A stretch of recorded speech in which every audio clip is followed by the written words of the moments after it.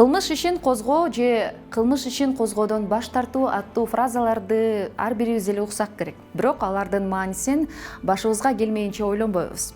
Ар бир эле адам кылмыштан жабыр тартып калышы толугу менен ыктымал. Деги эле бул нерсе кандайча болуп калат?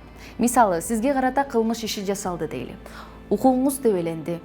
Сиз арыз жаздыңыз. Сиздин арызыңызды карап көрүп кылмыш ишин козгогон жок. Бул учурда кылмыш ишин козгоо же козгобоо тергөөчүнүн колунда болуп калат. Сиз тергөөчүнүн чечимине көз карандысыз. Мындан улам кылмыш ишин козгоо же козгобоо маселеси дайыма коррупция менен коштолуп келген. Кыргыз Республикасынын эски кылмыш жаза кодексинде мыйзамсыз кылмыш ишин козгоо жана кылмыш ишин козгоодон мыйзамсыз баш тартуу аттуу эки берене бар болчу. Азыркы учурда алар жок.